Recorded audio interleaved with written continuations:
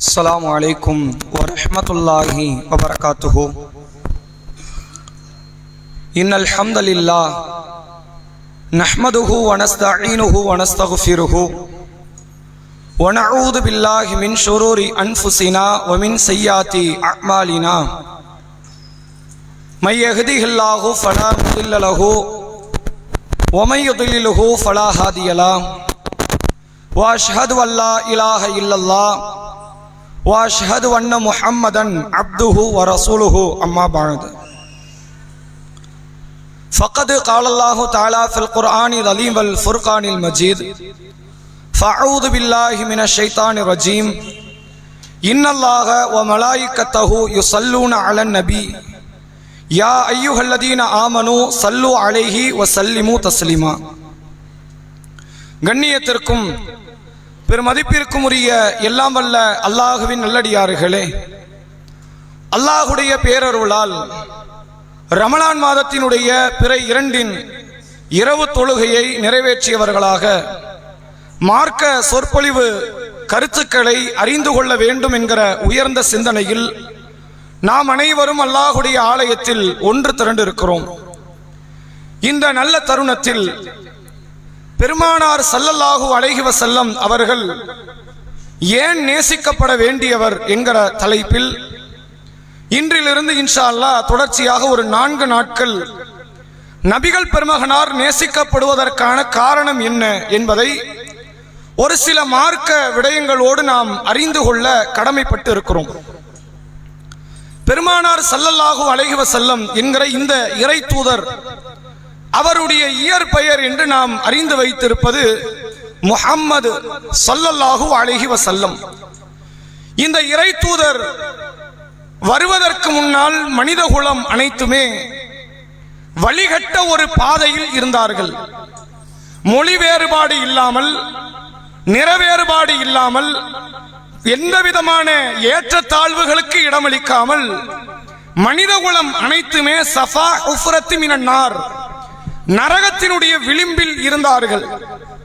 அந்த தருணத்தில் இறைவன் ஒரு நல் உபகாரணம் இந்த மனித குலத்திற்கு செய்வதற்காகத்தான் அன்னலார் நபி முஹம்மது ஸல்லல்லாஹு அலைஹி வஸல்லம் அவர்களை இறை தூதராக அல்லாஹ் தேர்வு செய்து இந்த மனித குலத்திற்கு மகத்தான ஒரு பாதையை அல்லாஹ் உருவாக்குகிறான். திருமறை குர்ஆனில் சூரா முஹம்மது என்ற ஒரு சூரா இருக்கிறது, ஒரு அத்தியாயம். அதனுடைய ஆரம்ப வசனங்களில் அல்லாஹ் ரப்புல் ஆலமீன் சொல்கிற வசனத்தை, வார்த்தையை பாருங்கள். 47வது அத்தியாயம் 2வது 3வது வசனம்.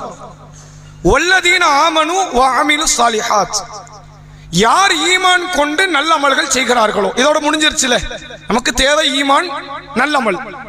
அல்லாஹ் சொல்கிறான், யார் ஈமான் கொண்டு நல்ல அமல்கள் செய்கிறார்களோ, வ ஆமனு பிமா நுஸில அலா முஹம்மதின், முஹம்மது அவர்களுக்கு அருளப்பட்டதை நம்பியவராக, வஹுவல் ஹக்கு மிர் ரப்பிஹிம், அவருக்கு கொடுக்கப்பட்டது உண்மைதான், அது அல்லாஹ்விடம் இருந்துதான் வந்திருக்கிறது என்று எவன் நம்புகிறானோ, கஃபர அன்ஹும் ஸய்யாத்திஹிம் வ அஸ்லஹ பாலஹும், அவர்களுடைய பாவங்களை அல்லாஹ் அழித்து அவர்களுடைய பாதையை அல்லாஹ் சீர்படுத்துகிறான்.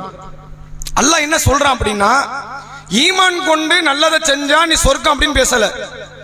ஈமான் கொண்டு நல்லதை செய்து முஹம்மது அவர்களுக்கு அருளப்பட்டதை உண்மைன்னு நம்பணும், அது அல்லாஹ்விடம் இருந்துதான் வந்தது என்று எவன் நம்புகிறானோ அவனுடைய பாவங்கள் மன்னிக்கப்படுகிறது. சொல்லிவிட்டு அடுத்த வசனத்தில் சொல்லுகிறான், ذَلِكَ بِأَنَّ الَّذِينَ كَفَرُوا اتَّبَعُوا الْبَاطِلَ, இந்த இறை மறுப்பாளர்கள் அசத்தியத்தில் இருக்கிறார்கள், கடைபிடிக்கிறார்கள் என்பதற்கும், وَأَنَّ الَّذِينَ آمَنُوا اتَّبَعُوا الْحَقَّ, நம்பிக்கை கொண்டவர்கள் உண்மையைத்தான் பின்பற்றுகிறார்கள் என்பதை அல்லாஹ் அடையாளம் காட்டுவதற்கு வந்தவர் இந்த முஹம்மது என்கிறான் அல்லாஹ்.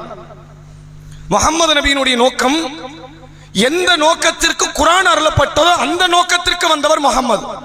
குர்ஆனுக்கு அல்லாஹ் ஃபுர்கான் அப்படிங்கிறான், நன்மை தீமையை பிரித்து காட்டும். இந்த முஹம்மதின் வருகையும் அப்படிப்பட்டது. இவர் வந்தால் எது குஃப்ர் என்பது தெளிவாகிவிடும், எது ஈமான் என்பது தெளிவாகிவிடும். அந்த நோக்கத்திற்காக வேண்டி அனுப்பப்பட்டவர் இந்த தூதர் என்று அல்லாஹ் ரப்புல் ஆலமீன் சொல்கிறான். உண்மையில் நீங்கள் யோசித்து பாருங்கள், முஹம்மது ஸல்லல்லாஹு அலைஹி வஸல்லம் என்பவர் ஒரு இறை தூதர் என்பதோடு மாத்திரம் அல்லாஹ் திருமறை குர்ஆனில் பேசவில்லை. இவருடைய வருகை பல ஆயிரம் ஆண்டுகளுக்கு முன்பிருந்தே பேசப்பட்டு கொண்டு வருகிறது. எப்போதெல்லாம் பேசப்படுகிறது?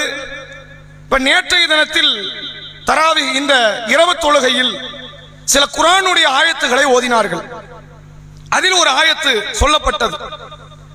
நபி இப்ராஹிம் அலைஹிஸ்ஸலாம், இஸ்மாயில் அலைஹிஸ்ஸலாம் இருவரும் இணைந்து முதல் இறையில்லமான காபாவை புனர் நிர்மாணம் செய்து அல்லாஹ்விடத்தில் சில பிரார்த்தனைகளை செய்தார்கள். அதில் ஒரு பிரார்த்தனை பாருங்கள். ரப்பனா வபாத் ஃபீஹிம் ரசூலன், இவர்களில் இருந்து ஒரு தூதரை நீ ஏற்படுத்து. மின்ஹும், இவர்களில் இருந்தே அவர்கள் வர வேண்டும். யத்லு அலைஹிம் ஆயாத்துக்க, உன் வேத வசனங்களை அவர்களுக்கு அவர் எடுத்துரைக்க வேண்டும். வயுஅல்லிமுஹுமுல் கிதாப வல் ஹிக்மா, வேதத்தையும் ஞானத்தையும் அவர் அவர்களுக்கு கற்றுத் தருவார். வயுஸக்கீஹிம், அவர்களை அவர் பரிசுத்தப்படுத்துவார். இன்னக அன்தல் அஸீஸுல் ஹக்கீம், நீ மிகைத்தவன் ஞானமிக்கவன். யார் கேட்ட துவா? இப்ராஹிம் நபியும் இஸ்மாயில் நபியும் சேர்ந்து கேட்ட துவா. இப்ராஹிம் நபி காலத்திலேயே இஸ்மாயிலோடு சேர்ந்து இன்னொரு பிள்ளையும் இறை தூதராக இருந்தார், இஸ்ஹாக். அவருக்கு அடுத்து யாக்கூப், அவருக்கு அடுத்து யூசுப். அந்த வம்சாவளி வளர்ந்து கொண்டே வருகிறது. அய்யூப், சுலைமான், தாவூது, சக்கரியா, யஹ்யா, ஈசா, பல இறை தூதர்கள் வந்தார்கள். ஆனா யார் கேட்ட துவா? இஸ்மாயில் நபி கேட்டாங்க, எங்கள்ல இருந்து, என் சமுதாயத்திலிருந்து ஒரு தூதரை நீ தா. இஸ்மாயில் நபியின் சமுதாயத்திலிருந்து தூதர் வரவே இல்லை. கடைசியாக வந்தவர் நபி முஹம்மது ஸல்லல்லாஹு அலைஹி வஸல்லம். இந்த தூதர் வருவதற்கு பல ஆயிரம் ஆண்டுகளுக்கு முன்பு இருந்தே மற்ற பல இறை தூதர்களால் இந்த சமூகத்துக்கு இறை தூதர் வேண்டும் என்பதை கோரிக்கையாக, பிரார்த்தனையாக முன்னெடுத்து வைக்கப்பட்டது. அதனுடைய விளைவு அல்லாஹ்வுடைய ரசூல் அவர்களின் வருகை. எத்தனை ஆயிரம் வருஷத்துக்கு முன்னாடி திட்டம் போட்டிருக்கான் பாருங்க. நேத்துக்கு இன்னைக்கு எடுத்த முடிவில்லை. யாரையாவது இந்த சமுதாயத்துக்கு இறை தூதர் ஆக்கலாம். யார் ஆக்கலாம்? இங்க ஒருத்தர் 40 வயசுல முகமது ஒருத்தர் இருக்கிறார், நல்ல மனுஷனா இருக்கிறாரு, இவர் ஆக்கிருவோம். இன்னைக்கு போட்ட திட்டம் இல்லை. பல ஆயிரம் ஆண்டுகளுக்கு முன்பு இருந்தே இவர் தூதராக வர வேண்டும் என்பதை அல்லாஹ் திட்டமிட்டு கொண்டு வந்து கொண்டே இருக்கிறான். அடுத்து என்ன திட்டமிட்டான் தெரியுமா? நம்முடைய இறை தூதருக்கு முந்தைய இறை தூதர் ஈசா அலைஹிஸ்ஸலாம், ரசூலுல்லாவுக்கும் ஈசா நபிக்கும் இடைப்பட்ட ஆயுள் காலம் 600 ஆண்டுகள். ஈசா நபி வந்து வானத்தில் உயர்த்தப்பட்ட பிறகு 600 வருடங்கள் கழித்து பிறந்தவர் முஹம்மது ஸல்லல்லாஹு அலைஹி வஸல்லம் அவர்கள். ஆனால் 600 வருஷத்துக்கு அப்புறம் வரக்கூடியவரை குறித்து ஈசா நபி தான் வாழ்கிற தருணத்திலேயே முன்னறிவிப்பு செய்துவிட்டு சென்றிருக்கிறார்.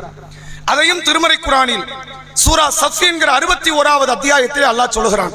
61வது அத்தியாயம் 6வது வசனம். ஓ இது கால ஈசா இப்னு மரியம், மரியமின் மகன் ஈசா அலைஹிஸ்ஸலாம் அவர்கள் சொன்னார், யா பனி இஸ்ராயில், அவர் சமுதாயத்தை கூப்பிடுறார். எத்தனை வருஷம்? 2000 வருஷத்துக்கு முன்னாடி. என் பனி இஸ்ரவேல் சமுதாயத்தவர்களே, இன்னி ரசூலுல்லாஹி இலைக்கும், நான் உங்களுக்கு அல்லாஹ்வுடைய தூதர்.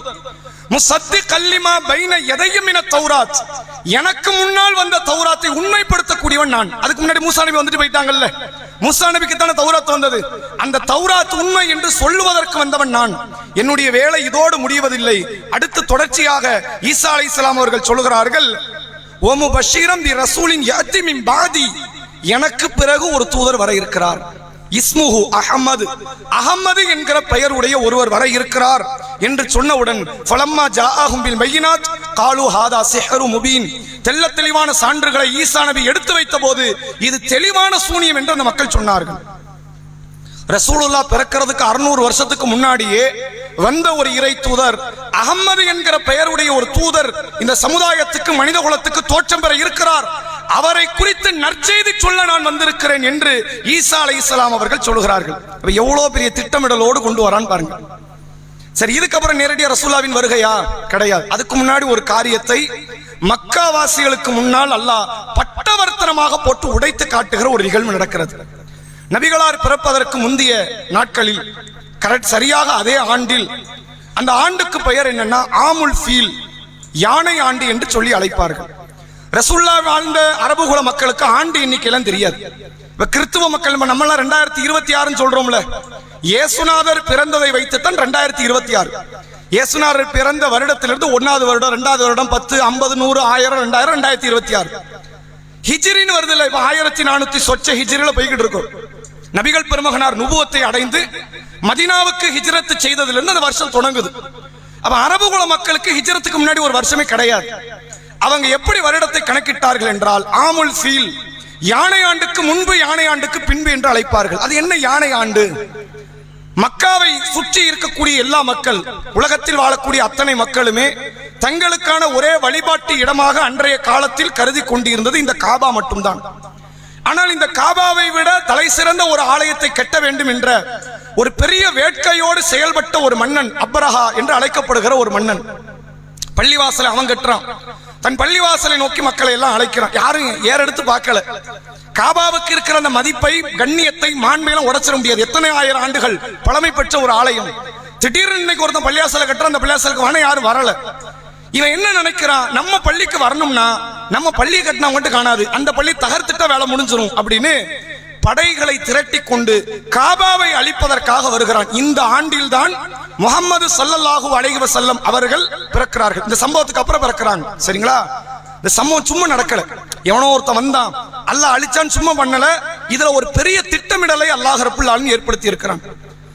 இந்த அபரஹா என்ற மன்னன் வரும்போது குதிரை, கழுதை, கொட்டகம் அப்படி வரல. எதை கூட்டு வரான்? யானையை கூட்டு வரான். அரபுகுல மக்கள் இது நாள் வரை இப்படி ஒரு பிராணியை கட்டுப்படுத்துகிற வித்தையை கற்றுக்கொண்டது கிடையாது. அவங்களுக்கு தெரியாது யானைன்னு ஒரு பிராணி இருக்குன்னு தெரியும். யானை எப்படி கைக்குள்ள கொண்டு வரணும் தெரியாது அவங்களுக்கு. அல்லாஹ் குர்ஆனில் அரபுகுல மக்கள் பயன்படுத்திய வாகனத்தை குறித்து பேசுகிறான். நீங்கள் கழுதையில், ஒட்டகத்தில், குதிரையில் பயணிக்கிறீர்கள். யானையை சொல்லல. யானையை பற்றிய நாலேஜ் யாரு கிடையாது? அரபுகுல மக்கள் கிடையாது. இவன் பல நூற்றுக்கணக்கான, ஆயிரக்கணக்கான எத்தனையோ யானைகளை வைத்து ஒரு படையை திரட்டி மக்காவை அழிப்பதற்கு மக்காவுக்குள் நுழைய வருகிறான். காபாவை அழித்து மக்காவை, அந்த நகரத்தை தன்னுடைய ஆளுகைக்கு கீழே கொண்டு வருவதற்கு ஒரு மன்னன் திட்டமிடுகிறான்.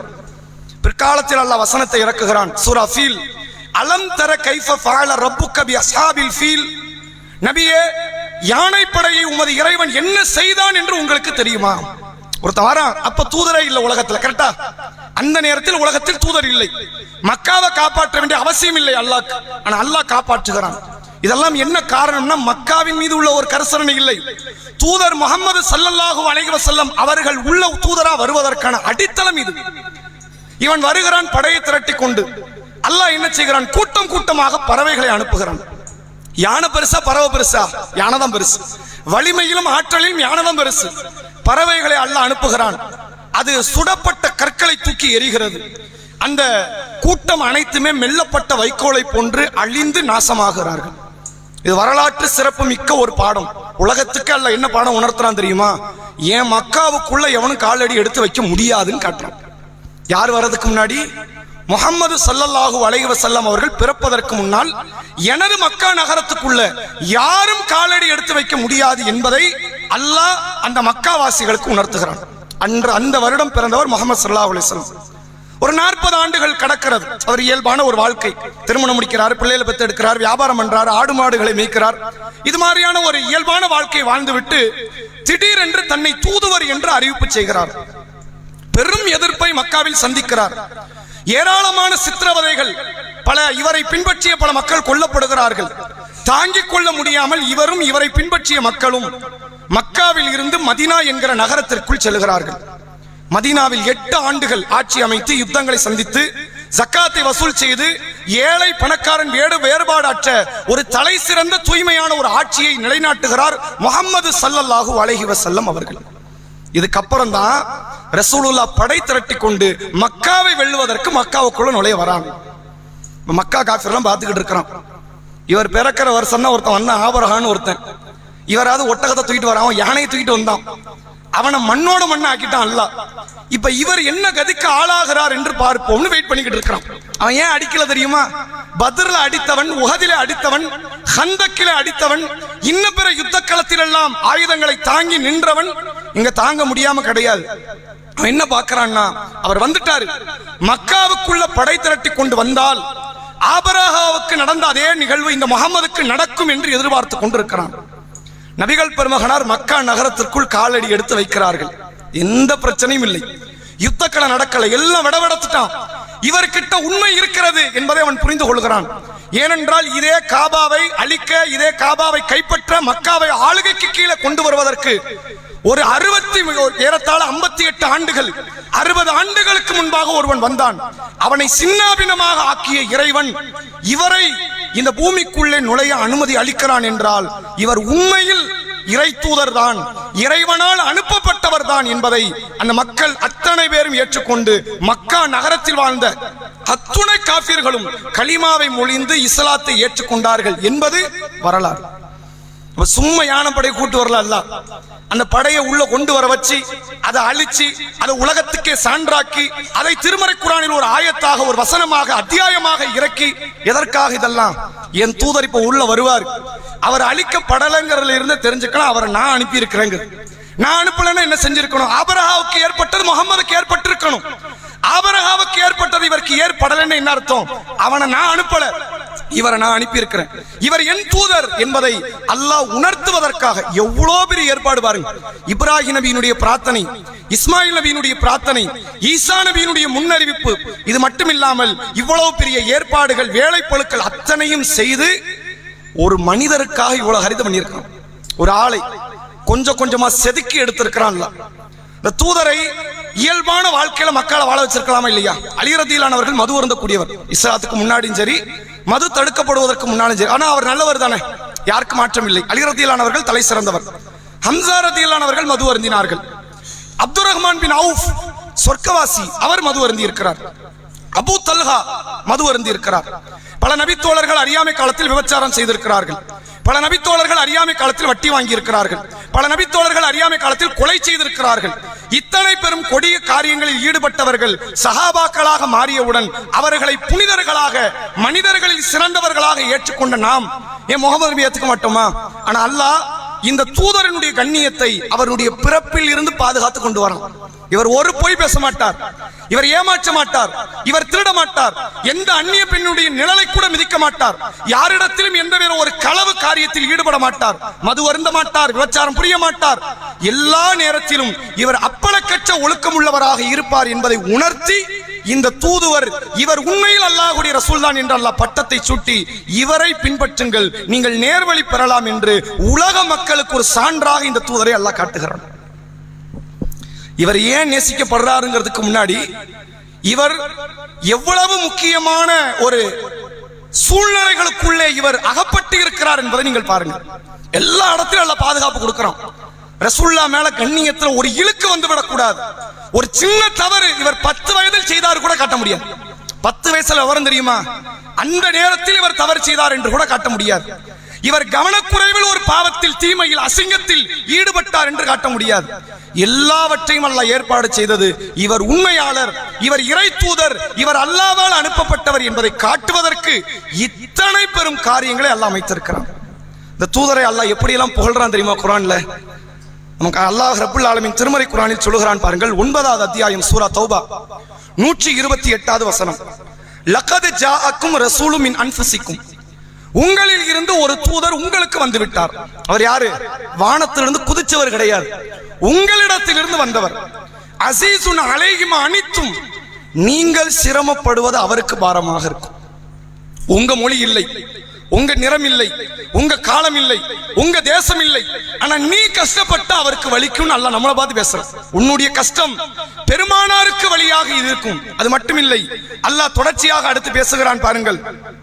ஹரீசுன் அலைக்கும் பில் முஃமினீன ரഊஃபுர் ரஹீம், இந்த இறை தூதர் உங்கள் மீது பேரன்பு மிக்கவராக இரக்கமுடையவராக உங்கள் மீது பெரும் அக்கறை கொண்டவராக இந்த இறை தூதர் இருக்கிறார் என்று அல்லாஹ்வுடைய தூதர் அவர்களுக்கும் இந்த இஸ்லாமிய சமுதாயத்திற்கு மத்தியில் உள்ள ஒரு தொடர்பை அல்லாஹ் தெளிவுபடுத்துகிறான். அடுத்து அல்லாஹ் சொல்லுகிறான், இந்த தூதரை அனுப்புவது எவ்வளவு மகத்தான காரியம் என்றால் சூரா ஆல் இம்ரான் 3வது அத்தியாயம் 164வது வசனம். லகத் மன்னல்லாஹு அலல் முஃமினீன், இறை நம்பிக்கை கொண்டவர்களுக்கெல்லாம் பேருபகாரணம் செய்திருக்கிறான். மகத்தான உபகாரணம்ங்கிறான். என்ன பேருபகாரணம்? இது பஅஸ ஃபீஹிம் ரசூலம் மின் அன்ஃபுஸிஹிம், அவர்களில் இருந்தே அவர்களுக்கு ஒரு தூதரை அனுப்பியது பேருபகாரணம். அல்லாஹ் எதை சொல்லல, உனக்கு நான் வீடு கட்டி கொடுத்தேன், கண்ணு காது மூக்கு கொடுத்தேன், உனக்கு மனைவி கொடுத்தேன், பிள்ளை கொடுத்தேன், உனக்கு தாய் தந்தை கொடுத்தேன், இதெல்லாம் பேருபகாரணம் பேசாத. அல்லாஹ் சொல்லுகிறான், உனக்கு நான் செய்த பேருபகாரணம் என்ன தெரியுமா? உனக்கு ஒரு தூதரை நான் கொடுத்திருக்கிறேன். ஒரு இறை தூதரை ரசூலை உனக்கு நான் தந்திருக்கிறேன். அவர் எப்படிப்பட்டவர் என்றால் யத்லு அலைஹிம் ஆயாத்திஹி. இஸ்மாயில் நபி என்ன கேட்டாங்க தெரியுமா? யா அல்லாஹ், வேத வசனத்தை ஓதி காட்டுகிற, கிதாபை ஹிக்மாவை ஞானத்தை மக்கள் மத்தியில தெளிவுபடுத்துகிற, மக்களை தூய்மைப்படுத்துகிற ஒரு தூதர் தான் கேட்டாங்களா? அல்லாஹ் சொல்றான் பாருங்க, யத்லு அலைஹிம் ஆயாத்திஹி, இவர் அல்லாஹ்வின் புறத்திலிருந்து வேத வசனங்களை ஓதுவார். அவர்களை பரிசுத்தப்படுத்துவார்.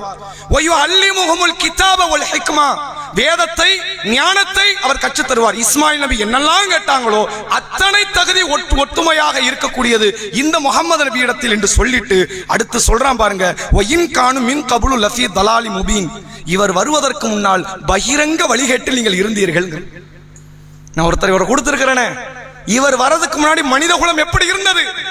தேச வேறுபாடு இல்லாமல், மொழி வேறுபாடு இல்லாமல் நீங்கள் அத்தனை பேரும் வழிகட்டில் இருந்தீர்கள். இவரை வைத்துத்தான் உங்களுக்கு நேர் வழி நான் சொல்லி கொடுக்கிறேன். எவ்வளவு முக்கியமான இடம் பார்த்தீங்களா? மொத்த உலகத்திற்கு, ஒட்டுமொத்த மனித சமுதாயத்திற்குமான நேர்வழி பெருமானாரிடத்தில் இருந்துதான் ஆரம்பிக்கிறது.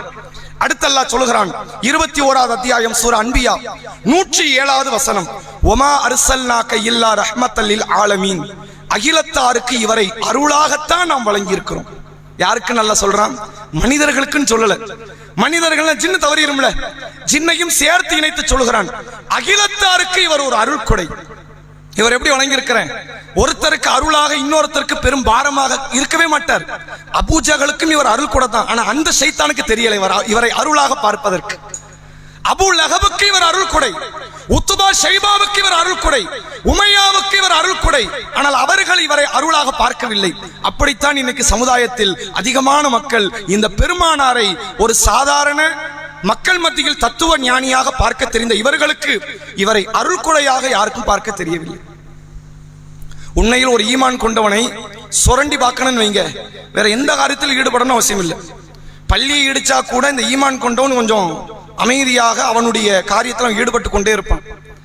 உயிரை பறிக்கிறாங்க, அவன்கிட்ட எந்த விதமான ஒரு சமநிலை தவறவே தவறாது.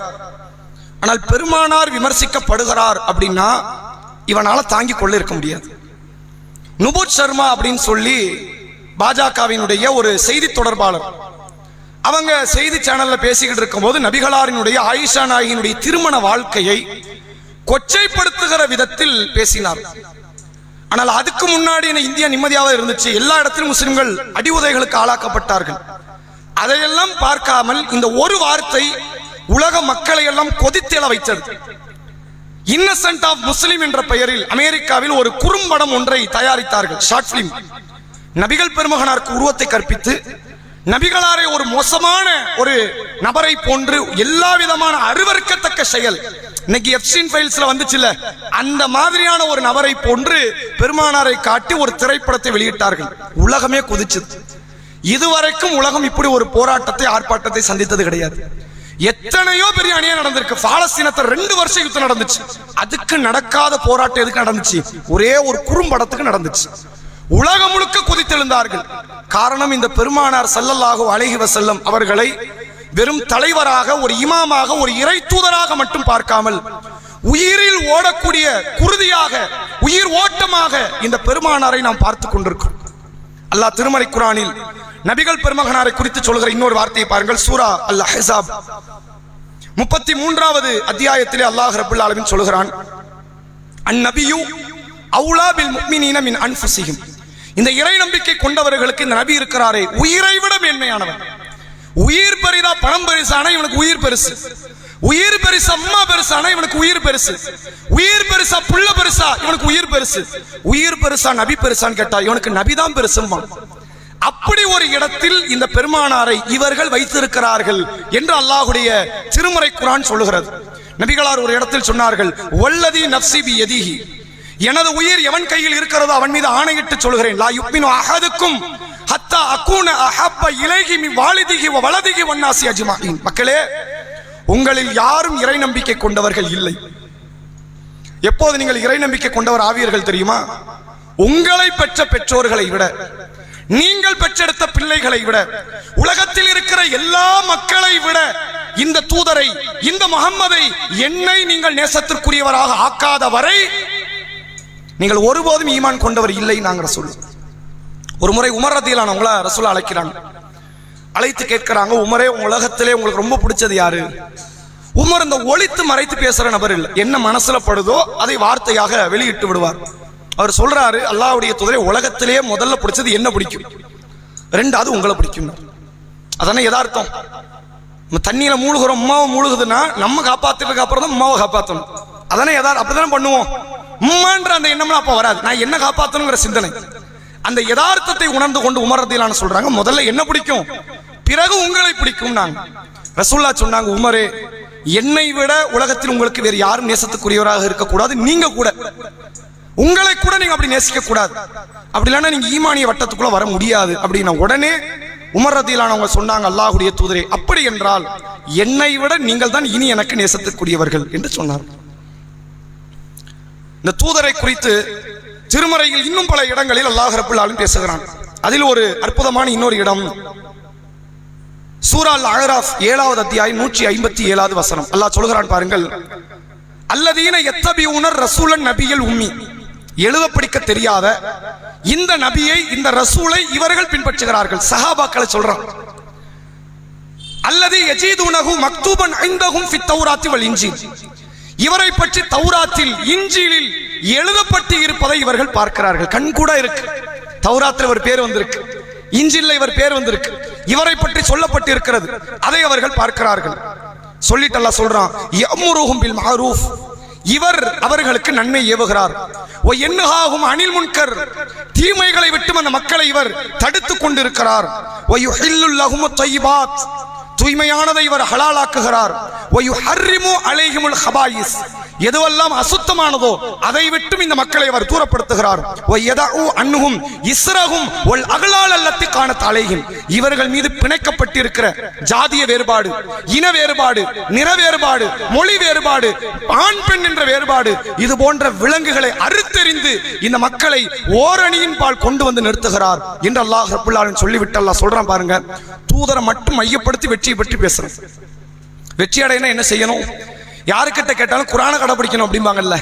அல்லாஹ் சொல்றான் பாருங்க, அழகா சொல்கிறான், ஃபல்லதீன ஆமனு பிஹி, இவரை நம்பணும். என்ன செய்யணும், இவரை யார் நம்புகிறாரோ, வஅஸ்ஸருஹு, இவருக்கு யார் கண்ணியம் செய்கிறாரோ, வநஸருஹு, இவருக்கு யார் உதவி செய்கிறாரோ, எல்லாத்தையும் இவர் சேர்த்துட்டான். இவரை நம்பு, இவருக்கு கண்ணியம் பண்ணு, இவருக்கு உதவி செய். வத்தபஉ நூரல்லதி உன்சில மாஹு, இவரோடு சேர்ந்து குர்ஆனை கடைபிடி. இவர் கடைபிடிச்ச முறைப்படி நம்ம கடைபிடிச்சிட்டாலே இவரோடு கடைபிடிச்ச மாதிரி ஆச்சு. இவரோடு சேர்த்து இந்த குர்ஆனை கடைபிடி. உலாயிக்க ஹுமுல் முஃப்லிஹூன், அவர்கள் தான் வெற்றியாளர்கள் என்று அல்லாஹ் குர்ஆனில் பேசுகிறான்.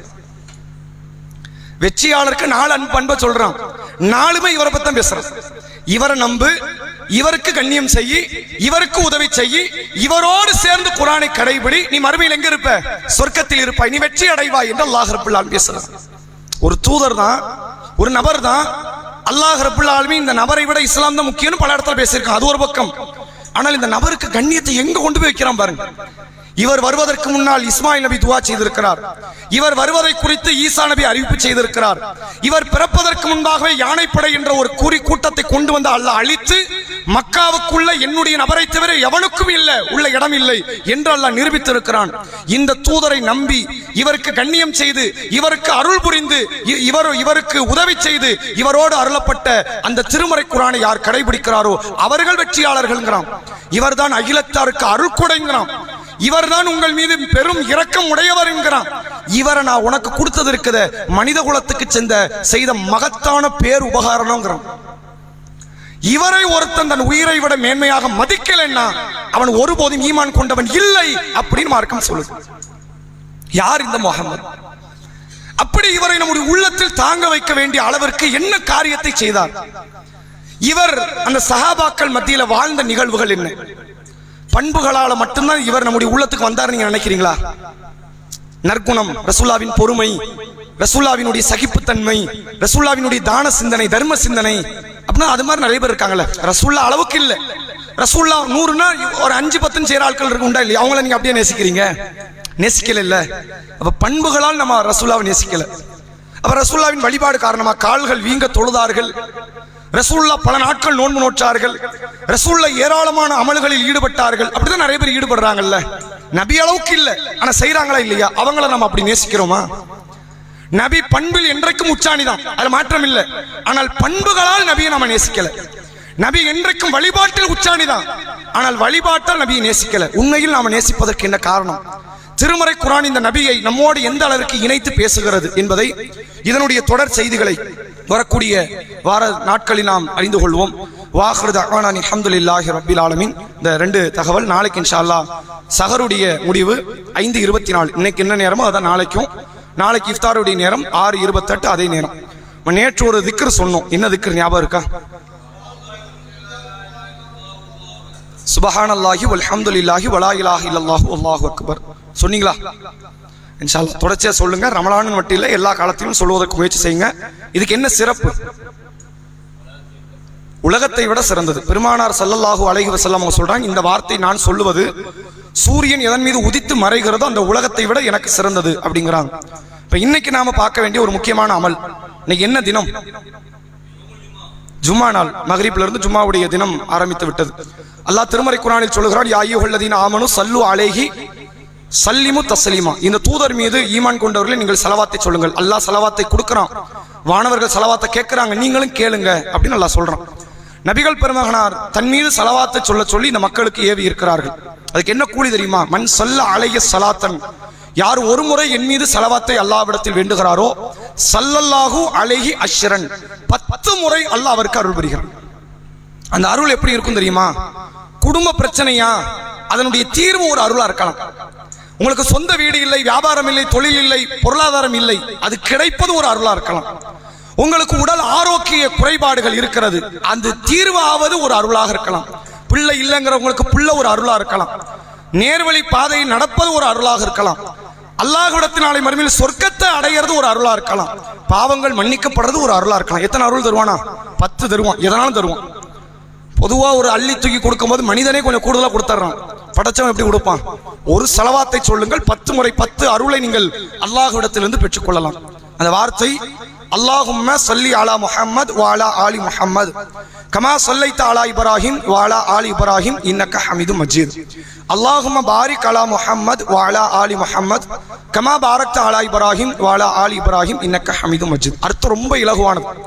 யா அல்லாஹ் முஹம்மது அவர்களுக்கும் அவருடைய குடும்பத்தாருக்கும் நீ அருள் கொடு, இப்ராஹிமுக்கும் அவருடைய குடும்பத்தாருக்கும் நீ அருளை கொடுத்ததை போன்று முஹம்மது அவர்களுக்கும் அவருடைய குடும்பத்தாருக்கும் நீ பரக்கத்தை கொடு, இப்ராஹிம் அவர்களுக்கும் அவருடைய குடும்பத்தாருக்கும் நீ பரக்கத்தை கொடுத்ததை போன்று இன்னக்க ஹமீதும் மஜீத், நீ புகழுக்குரியவன், மகத்துவம் மிக்கவன்.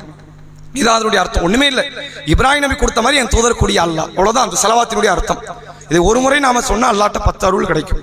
நான் ஒரு முறையோ 2 முறையோ சொல்றேன், நீங்க திருப்பி சொல்லுங்க. அல்லாஹும்ம ஸல்லி அலா முஹம்மத் வ அலா ஆலி முஹம்மத் கமா ஸல்லைத அலா இப்ராஹிம் வ அலா ஆலி இப்ராஹிம் இன்னக ஹமீதும் மஜீத்.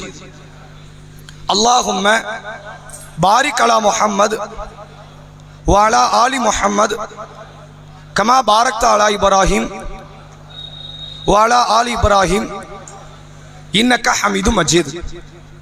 அல்லாஹும்ம ஸல்லி அலா முஹம்மத் வ அலா ஆலி முஹம்மத் கமா ஸல்லைத அலா இப்ராஹிம் வ அலா ஆலி இப்ராஹிம் இன்னக ஹமீதும் மஜீத். அல்லாஹும்ம பாரிக் அலா முஹம்மத் வ அலா ஆலி முஹம்மத் கமா பாரக்த அலா இப்ராஹிம் வ அலா ஆலி இப்ராஹிம் இன்னக ஹமீதும் மஜீத். நபிகள் பெருமகனார் ஸலவாத்தை எப்பனாலும் ஓதலாம். அதுக்கு நேரங்காலம்லாம் கிடையாது, அளவெல்லாம் கிடையாது. 10 தான், 50 தான்லாம் கிடையாது. வாய்ப்பு இருக்கும்போது 100, 1000, லட்சம் கூட ஓதிக்கலாம். ஒவ்வொரு முறை ஓத அல்லாஹ்விடத்தில் 10 முறை அல்லாஹ் அருள் புரிகிறான். அதை குறிப்பா ரசூலுல்லாஹ் ஜும்மா தினத்துக்கு ஓதுங்க. நான் வாரத்தில் 7 நாள் ஓதுங்க. இந்த ஜும்மா தினத்துக்கு கொஞ்சம் கூடுதலான பிரியாரிட்டி, முக்கியத்துவத்தை கொடுத்து இந்த ஸலவாத்தை நீங்கள் ஓதுங்கள் என்று அல்லாஹ்வுடைய ரசூல் அவர்கள் வழிகாட்டி இருக்கிறார்கள். அதனால் ஸலவாத்தை இன்ஷா அல்லாஹ் நாளைக்கு ஜும்மா மக்ரிப் வரைக்கும் ஒரு 100 முறையாவது சொல்லுவோம், ஒரு குறைஞ்சது ஒரு 50 முறையாவது சொல்லுவோம். அப்படிங்கிறதுக்கு என்ன செய்யுங்க, இன்ஷா அல்லாஹ் முயற்சி செய்யுங்க. நபிகள் பெருமகனார் அவர்கள் மீது அவருடைய தோழர்கள் தோழியர்கள் கொண்டிருந்த பற்று, நேசம், அந்த காதலை குறித்து நாளை தினத்தில் அதனுடைய தொடரில் நாம் அறிந்து கொள்வோம். அஸ்ஸலாமு அலைக்கும் வரஹ்மத்துல்லாஹி வபரகாத்துஹு.